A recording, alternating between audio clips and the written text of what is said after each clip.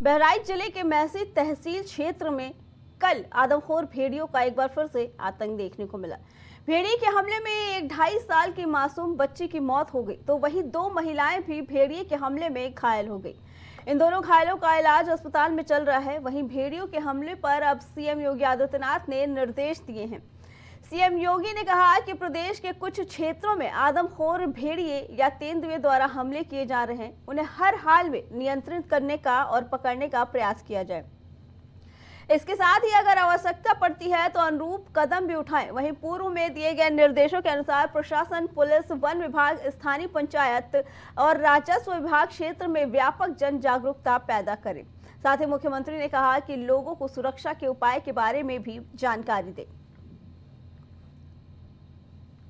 बता दें कि पिछले कई दिनों से उत्तर प्रदेश के कुछ राज्यों में खूंखार भेड़ियों और तेंदुओं का आतंक फैला हुआ है। बता दें कि लखीमपुर, बहराइच, सीतापुर, बाराबंकी इन जगहों पर भेड़िए और बाघ देखे गए, जिसके बाद लोगों पे हमला किए गए।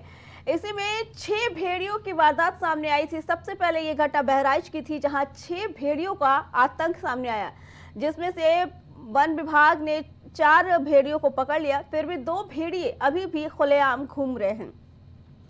इसी के बीच कल रात की ये घटना बताई जा रही है, जिसमें एक 2.5 साल की मासूम बच्ची को भेड़ियों ने अपना निवाला बना लिया, तो वहीं 2 महिलाओं को घायल भी कर दिया। इसी मामले को संज्ञान में लेते हुए अब सीएम योगी आदित्यनाथ ने निर्देश भी दिए हैं। इसी पे आगे जानकारी देने के लिए हमारे संवाददाता कलीम हमारे साथ जुड़ चुके हैं। कलीम, उत्तर प्रदेश के कुछ राज्यों में जिस तरह का माहौल देखने को मिल रहा है, उस पर अब सीएम योगी ने भी संज्ञान लिया है, निर्देश दिए हैं उन्होंने कि काफी उचित कार्रवाई की जाए। क्या कुछ कहना है इसके बारे में, बताइए।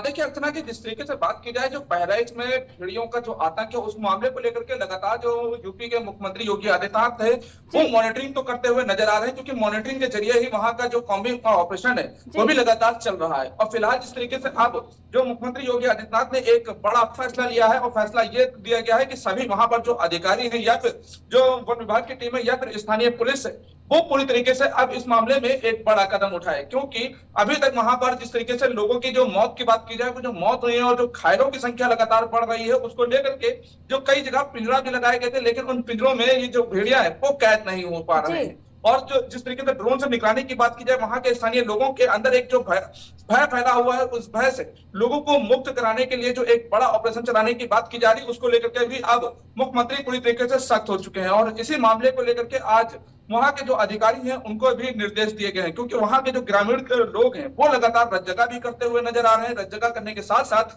वहां पर जो धारदार हथियारों की बात की जाए या फिर जो असलहे की बात की जाए, असलहा लेकर भी अब रातों को घूमने पर मजबूर हो रहे हैं। लेकिन जो रात की जो तस्वीरों की बात की जाए, जब 4 भेड़िया पकड़े गए थे, तो कहीं ना कहीं जो लोगों के अंदर का एक भय था वो हल्का कम हुआ था। लेकिन एकाएक जो रात को 1 बजे जो घटना हुई, जिसमें 3 साल की मासूम को जो निवाला बनाया गया, लेकिन वहीं पर अगर 60 वर्षीय जो बुजुर्ग वृद्ध महिला की अगर बात की जाए, उसको जिस तरीके से घायल किया गया है, तो इस मामले को लेकर के भी अब संज्ञान लिया गया है। लेकिन संज्ञान लेने के बाद आगे ये जो कवायद है ये कितनी तेज की जाएगी, ये जो सर्च ऑपरेशन है या फिर जो ऑपरेशन भेड़िया जिसको कहा जाए, वो आखिर कब तक सफलता मिलेगी और उस आतंक से लोगों को कब तक निजात मिलेगी, ये एक अपने आप में सवाल खड़ा होता है। वन विभाग की अगर बात की जाए, जिस तरीके से वन विभाग के पास कई इंस्ट्रूमेंट होते हैं जिससे जो है उन सभी चीजों को रेस्क्यू किया जा सके, लेकिन अभी उस रेस्क्यू ऑपरेशन के बीच आखिर कहां फेलियर आ रहा है, इस मामले को लेकर के भी अभी वन विभाग की तरफ से किसी तरह का कोई भी बयान सामने नहीं आया है। जी कलीम, आपका बहुत बहुत धन्यवाद।